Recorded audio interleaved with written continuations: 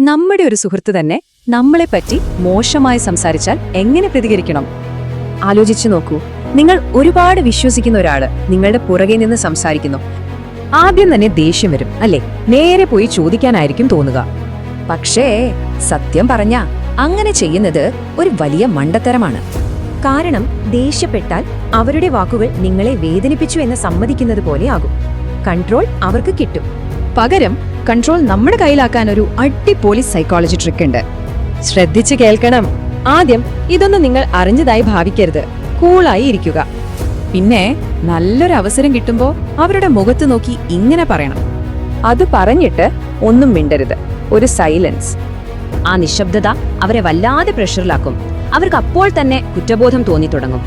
എന്നിട്ട് സംഭാഷണം അവസാനിപ്പിക്കാൻ ഈ ഒരു കാര്യം കൂടി അവരോട് പറയുക. ആ നിമിഷം ഗെയിം മാറും. കൺട്രോൾ മുഴുവൻ നിങ്ങളുടെ കയ്യിലായിരിക്കും.